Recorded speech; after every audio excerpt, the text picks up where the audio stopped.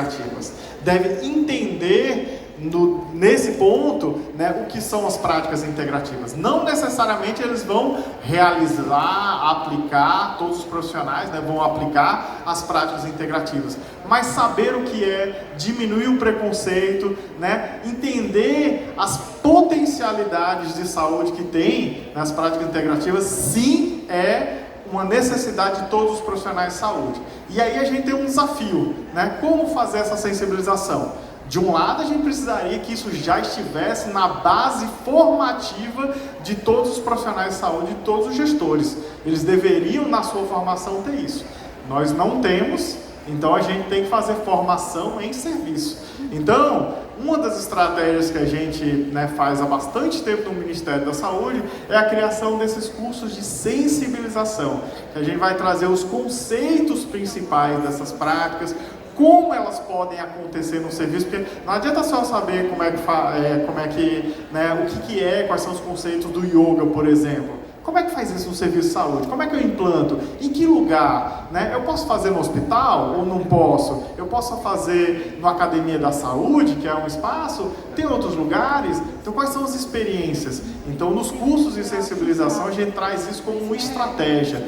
E a gente tem visto que as ações de sensibilização são importantes. Eu comentei ontem da pesquisa feita pela UFSC, que teve uma mesa já falando sobre isso, ou acho que eu já estava, né? Mas eu me garanto, depois no comentário eu digo se já teve ou não. Mas um dos resultados que eles falam é que muitos, hoje, médicos, né, eles, né, estão prescrevendo as práticas integrativas, né, para os seus usuários. Então, mesmo que ele não esteja aplicando, né, ele está encaminhando, né, para que seja feita dentro da unidade de saúde. Né? Muitos profissionais médicos também estão fazendo as práticas integrativas, assim como enfermeiros, fisioterapeutas, nutricionistas, entre outros. Então isso serve para os profissionais de saúde. E além disso, nenhum profissional de saúde vai conhecer e dominar amplamente as 29 práticas. Né? Isso é humanamente impossível. Né? Que eu saiba, né? Se alguém dominar, vocês me avisam aí que é uma pessoa iluminada. Mas, então, né, eu posso, enquanto profissional de saúde, conhecer algumas práticas, mas saber, para essa questão, para esse paciente, se ele fizesse tal outra prática, isso seria importante para o cuidado integral daquele indivíduo. Então, eu posso recomendar que ele vá para um outro serviço.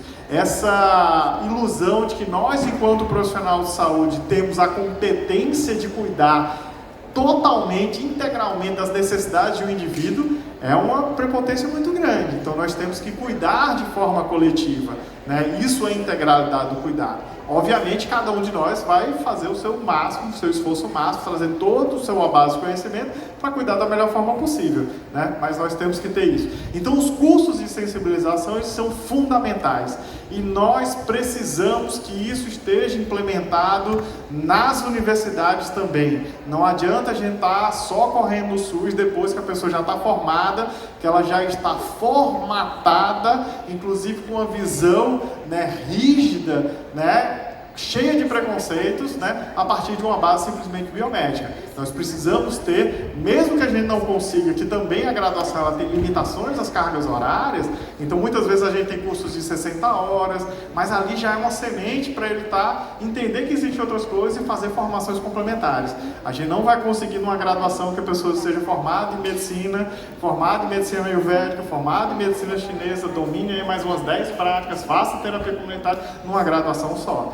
Então, assim, mas nós precisamos dessa base de sensibilização. E aí, a gente tem uma discussão que está sendo bastante forte dentro dos coletivos das práticas integrativas, que é importante, aonde eu vou chegar com essa formação, né? Então, a gente defende, né, que tenha uma formação mais completa possível, né? Que a gente chegue a conhecer, por exemplo, a racionalidade, a medicina tradicional chinesa, por exemplo, né? E não só uma terapêutica. Mas, pensando no sistema único de saúde, do tamanho que ele é, a gente tem que dar alguns passos. A gente não tem hoje estrutura, nem política, nem financeira, nem estrutural de formar todos os profissionais do sistema único de saúde em medicina tradicional chinesa. Então, uma estratégia que a gente realizou dentro do sistema de saúde é a formação, por exemplo, em auriculoterapia, tá? Que ela traz uma formação simples, pequena, mas ela muda a realidade dos profissionais de saúde que estão hoje, né? Entendendo que uma prática a partir de outra racionalidade, outra forma de ver, e muitos, é a primeira vez que eles estão sabendo que existe outra forma de olhar o ser humano, eles têm uma aplicação técnica simples. E aí essa formação de 80 horas com 5 horas presenciais, ela é a mais profunda que a gente tem em práticas integrativas? Não. Mas ela é suficiente para o profissional ter segurança e mudar a prática dele e mudar o modelo de cuidado que a gente tem hoje, né, que é extremamente prescritivo, extremamente medicalizante.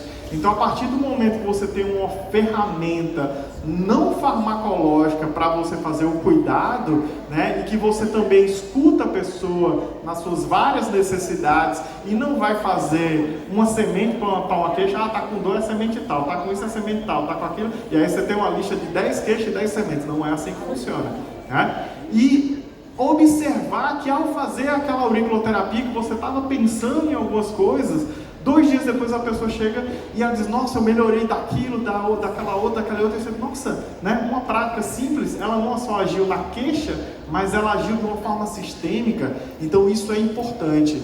E aí a gente está falando desse segundo nível de formação, que é algo um pouco mais protocolar, né? Não esse protocolo seco, mais rígido, mais direcionado, né, biomédico, né, que também é importante para um conjunto de coisas, né, que precisamos ter protocolos, mas esse protocolo ampliado, né, das práticas integrativas, né. Então essa vivência é importante.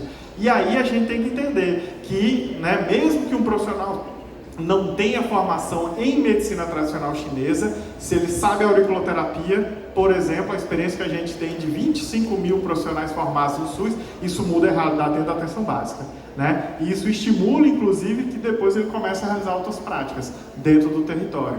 Então, essa é a segunda estratégia, né? Esses protocolos, né? Não é querendo limitar o raciocínio, não é querendo limitar as práticas integrativas.